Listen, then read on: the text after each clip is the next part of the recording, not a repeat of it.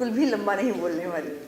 मैंने अपने कागज़ भी साइड पर रख दिए हैं और मैं सिर्फ एक बात बोलूँगी जो एज लॉयर मैं रोज़ कोर्ट में देखती हूँ और जो यहाँ मुझे लगा एक दर्द, एक टीस है जो भी भाई साहब ने भी अपनी बात कही उसमें। ये जो इको सिस्टम है ना कम्युनिस्ट और इस्लामिस्ट का, जो 1947 से चल रहा है, इसके कार्य कहीं ना कहीं दिखते हैं कि सक्सेसफुल और सफल हो रहे हैं। इको सिस्टम क्या है? हम लोग सब क्या है, एक ही काम में लग जाते हैं। अच्छा ये ऐसे कह रहे हैं, हम इनको देखते हैं।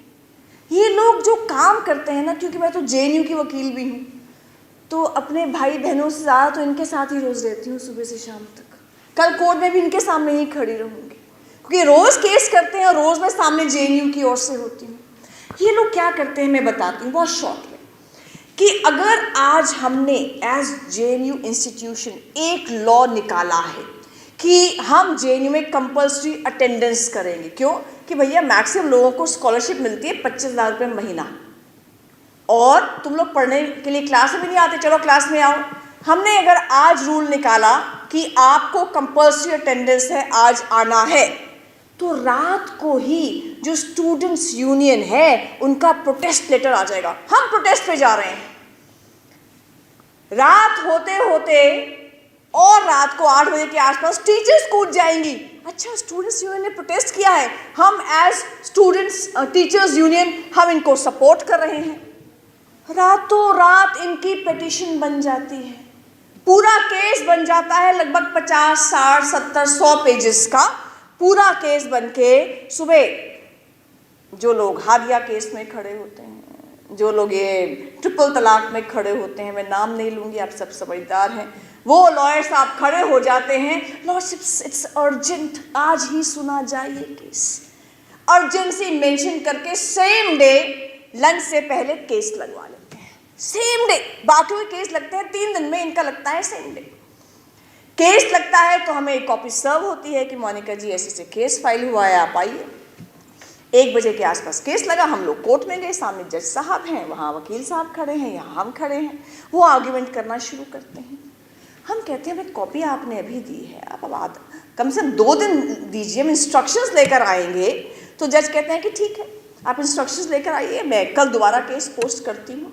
जज साहब कहते हैं, हम जैसे ही लंच में अपनी चेम्बर में आते हैं, वायर, स्क्वेंट, स्क्रोल, जितने भी इनके हैं ये पत्र ऑनलाइन, उन पे 5-5 हज़ार वर्ड्स के आर्टिकल्स बने हुए आ जाते हैं नुपुर।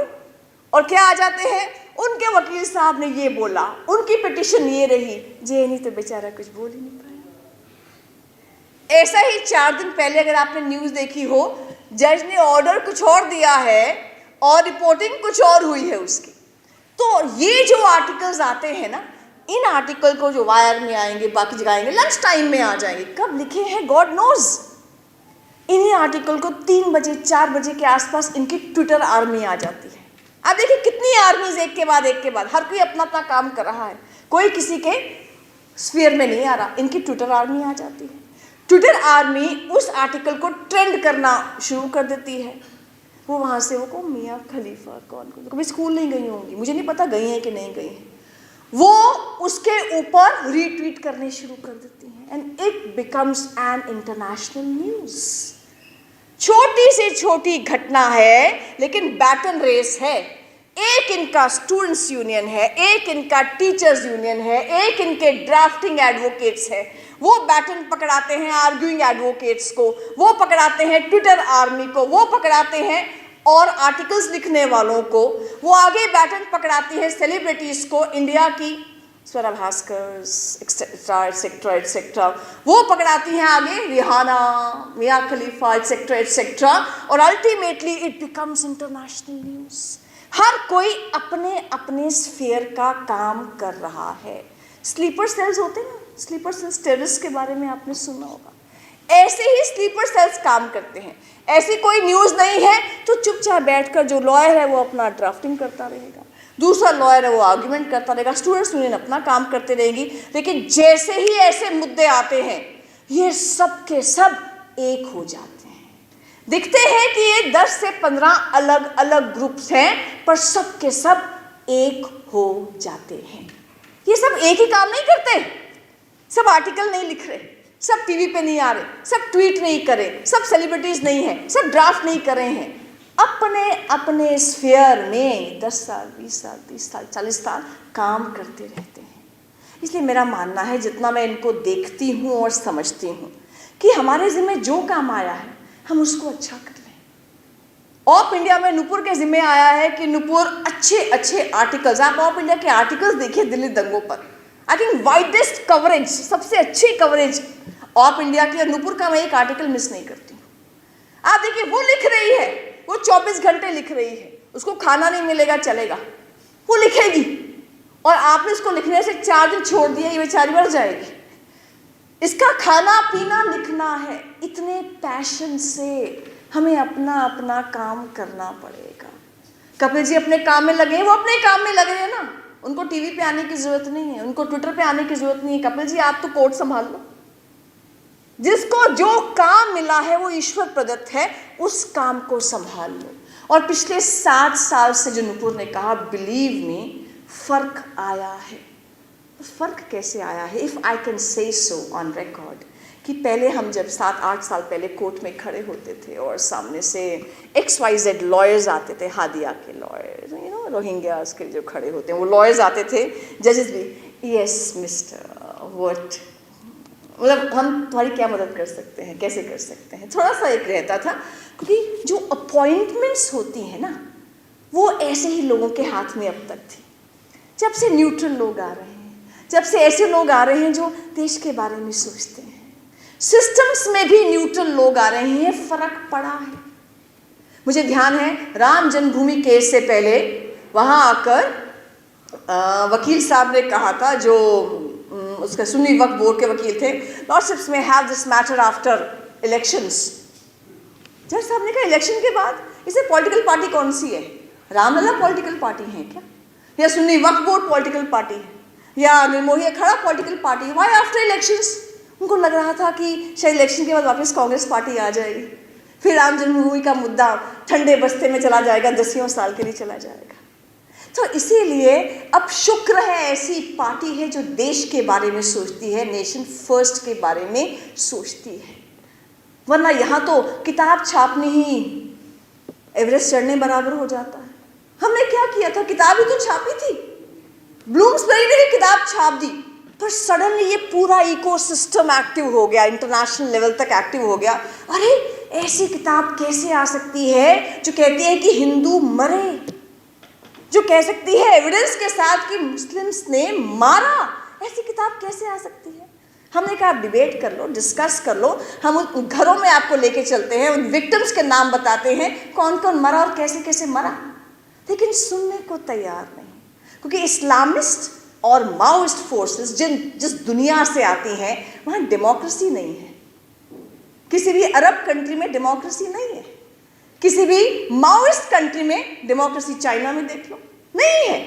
तो इनको तो पता ही नहीं बेचारों को डेमोक्रेसी होता क्या है। इसलिए 2020 में जब ये CA के विरोध में प्रोटेस्ट कर रहे थे, इन्होंने अपने सामने 2 चीज़ें रख ली थी, डेमोक्रेसी और कॉन्स्टिट्यूशन ऑफ इंडिया। यानी हमें अभिव्यक्ति की स्वतंत्रता है, हमें राइट टू प्रोटेस्ट है, एनीवेयर एंड एवरीवेयर। सड़कें जाम करेंगे, शाहीन बाग जाम करेंगे। तो तिरंगे को हाथ में रखकर, डेमोक्रेसी का नाम लेकर और अभिव्यक्ति की स्वतंत्रता का नाम लेकर ये प्रोटेस्ट करते रहे। प्रोटेस्ट करते करते पहले यूनिवर्सिटी से शुरू हो गए, फिर औरतों को सामने किया, फिर उनको रेडिकलाइज किया शाहीन बाग में, अल्टीमेटली जाफराबाद में जाकर जाम कर दिया और पत्थरबाजी शुरू कर दी, राइट्स शुरू कर दिया। अमित शर्मा था ना, उसका इंटरव्यू लेने गए थे उनकी वाइफ का, वो बेचारी, उसकी वाइफ, आप उनसे मिले, इतनी यंग उनकी वाइफ है और हस्बैंड जिंदगी और मौत से जूझ रहा है। उसका एक ही जुर्म था कि जो औरतें धरने पे जाफराबाद में बैठी हुई थी, उनके पास गया था कि शायद मीडिएशन हो जाए, शायद सुलह हो जाए। बुरके में से तलवार निकालकर यहाँ उसके अटैक किया गया, शुक्र है हेलमेट था। ऐसी ऐसी घटनाएं, रतन लाल को पत्थर मार दिए, गोली मार दी। किस किस का नाम आप लोगे? विनोद कुमार कश्यप का नाम लोगे, अल्लाह अकबर कह के भीड़ आई और मार दिया, मोनू बच गया। दिनेश कुमार खटीक का नाम लोगे, दूध लेने बच्चों के लिए गया था, उसकी वाइफ, 2 बच्चे, 3 बच्चे हैं शायद, ऐसे गोदी में बैठे हुए, तो लगा कि कैसे, क्या, जैसे कहा नुपुर ने, याद हो गए हैं इनके नाम और इनको भूलना नहीं है। आज हम सबके इकट्ठे बैठने का मकसद है कि इनको भूलना नहीं है, क्योंकि 2020 में जो प्रयोग किया गया, सोची समझी साजिश की गई, वही रिपीट करने की कोशिश 2021 में की गई किसान आंदोलन के नाते। वैसे ही टूल किट, वैसे ही रिहाना, वैसे ही मियाँ खलीफा, वैसे ही सड़कें हाईवे जाम करना, वैसे ही क्या मोदी मरे, वैसे ही नारे सारे लगे, उसी टाइप से सुप्रीम कोर्ट को नहीं मानेंगे, सामने तिरंगा और कॉन्स्टिट्यूशन रखेंगे, 26 जनवरी को देश की ऐसी की तैसी कर देंगे, जब पूरी दुनिया देख रही है भारत का शौर्य।